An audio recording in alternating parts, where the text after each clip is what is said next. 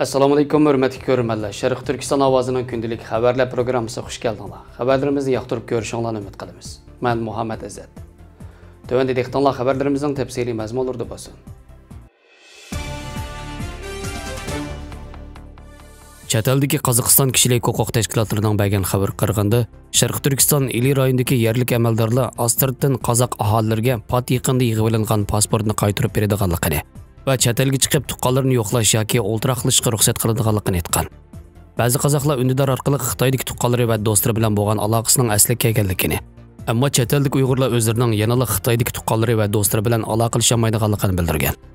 Qozog'istondagi kishilik huquq organi Atajurt Fidoyilar tashkilotining qo'rg'uvchisi Serikchanning 28 fevral Erkin Osiyo radiosi Xitoy bo'limiga oshkorlashicha, o'zlarining Xitoy ichidagi nurg'un manbalardan egallagan ahvolda xalqaro jamiyat va taratqularning kuchli diqqat qilishi bilan Xitoy hukumatining Sharq Turkistonda yashayotgan qozoq xalqining chegaradan chiqish cheklamasini bo'shatayotganligini, bir turkum qozoqlarning Qozog'istonga ko'chman bo'lish huquqiga erishadiganligini, yerlik amaldorlar Astardan qozoq aholilariga pat yaqinda yig'ib olingan pasportni Qozog'iston yeshil kartasini qaytarib beradiganligini va ularning Qozog'istondagi tuqqanlarini yo'qlashiga yoki uzun yil ayrilgan oilasidagilar bilan jam bo'lishiga, o'ltiraqlashga ruxsat qiladiganligini bildirgan.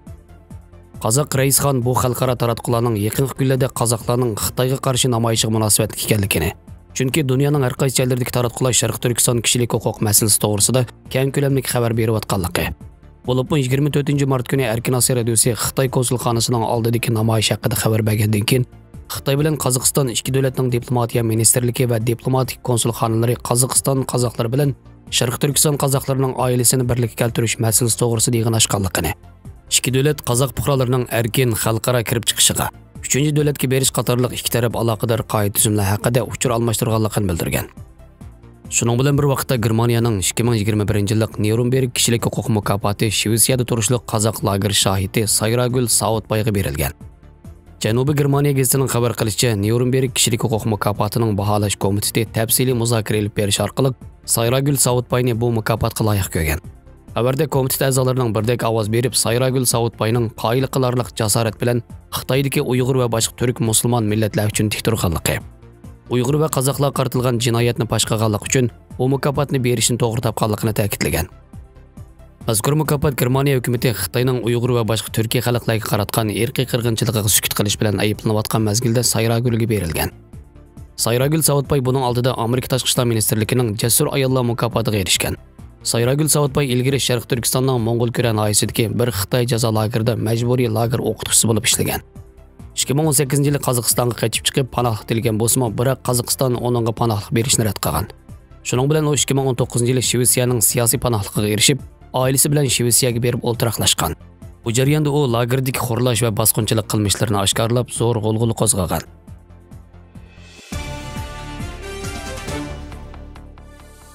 Uyg'ur irqiy qirg'inchiligiga qarshi besimning kuchayishiga ergishib, Oqsaroyning 2022-yillik Beijing qishliq olimpik musobaqasini boykot qilishni o'ylashayotganligi ilgari surildi.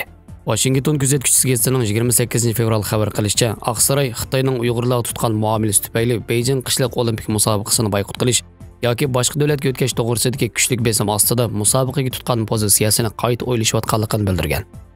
Oqsaroyning bayonotchisi Jin Saki o'tgan hafta Oqsaroyning Beijing qishliq olimpik musobaqasiga qatnashmaslik masalasida texnik oxirgi qarorni chiqarmaganligi, biroq Amerika Olimpik komitetining fikrini oladiganligini bildirgan. Jin Saki burungi so'zlarda bu masalaning texnik muzokara qilinmaganligini bildirgan edi. Amerika taratqullarining bu vaqtdagi xabarlarda Jin Sakining 25 fevral payshanba kuni qilgan so'zi bu masalaning muzokara qilinayotganligi va buning bir burilish ekanligini ko'rsatadiganligini ta'kidlagan. Amerikaning Birlashgan Davlatlar Tashkiloti turishliq sobiq elchisi Nikki Haley o'tgan hafta maqola e'lon qilib, Amerikani Beijing qishliq olimpikni boykot qilishga chaqirgan.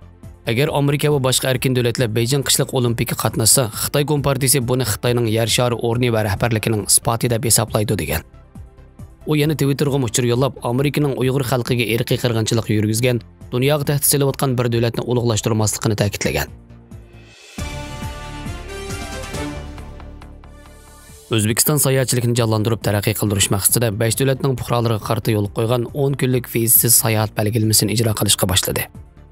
O'zbekiston prezidenti Shavkat Mirziyoyev 2021-yil fevral oyidan boshlab davlat sayohatchiligini taraqqiy qildirishga munosabatli imzolagan qarornomani amalashtirgan. Yangi belgilamaga asoslanganda Bahrayn, Qatar, Kuvayt, Oman va Xitoy fuqarolari O'zbekistonda 10 kun vizasiz tura oladi ekan. Mazkur davlat fuqarolarining bu belgilamadan foydalanish uchun 3-bir davlatga yoki o'z davlatiga qaytish bileti bo'lish kerak ekan. Qarornoma bo'yicha Xitoy fuqarolarining O'zbekistonda 7 kun vizasiz turish huquqi 10 kunga o'zgartirilgan.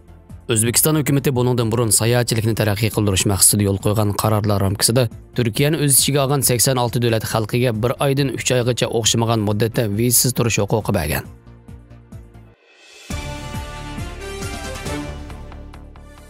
Amerika Avam palatasining 3 a'zosi Jamal Khashoggining o'ldirilishida javobgarlik bo'lganlik sababidan Saudiya Arabistonining taxt varisi Shahzoda Muhammad ibn Salmonga embargo yurgizilish kerakligini o'z ichiga olgan qonun loyihasini sungan. Qonun loyihasida Davlatlik istixborot idorasi tomonidan e'lon qilingan dokladda taxt varisi Shahzoda Muhammad bin Salmonning Saudiya Arabistonlik jurnalist Jamal Khashoggining o'ldirilishida javobgarligi borligi aniq o'tirib qo'yilganlik sababi bilan embargo tizimiga kirgizilish kerakligini ta'kidlab, Amerika Saudiya Arabistonga setib bergan qurollarning ishlatilishining Amerika qonuniga uyg'un bo'layotgan yoki bo'lmayotganligi to'g'risida palataga qarorlik doklad berish kerakligi ayrim modda sifatida kirgizildi. Mazkur qonun loyihasining ma'qullanishi uchun oldi bilan Avam palatasida bilet tashlash orqali tasdiqlanishi, ondan Kengash palatasida tasdiqdan o'tib, oxirida prezident Jo Bayden imzo qo'yishi kerak. Davlatlik istixborot idorasi tomonidan juma kuni e'lon qilingan va Jamal Khashoggining o'ldirilishini Shahzoda Muhammad bin Salmonning tasdiqlaganligi eskartilgan dokladi zo'r inkas qo'zg'agan. Ammo Bayden hukumatı Muhammad bin Salmonga qarata hech qanday embargo qarori chiqarmagan. Taxt varisi Shahzoda Muhammad bin Salmon qaratgan tanqidlar bilan tonilgan Washington Post gazetining Saudiya Arabistonlik yozuvchisi Jamal Khashoggi 2018-yili 2-oktyabr kuni Saudiya Arabistonning Istanbuldagi bosh konsulxonasiga kirgancha qaytib chiqarmagan. Keyincha Jamal Khashoggining konsulxonada o'ldirilganligi va jasadining parchalanganligi oshkorlangan.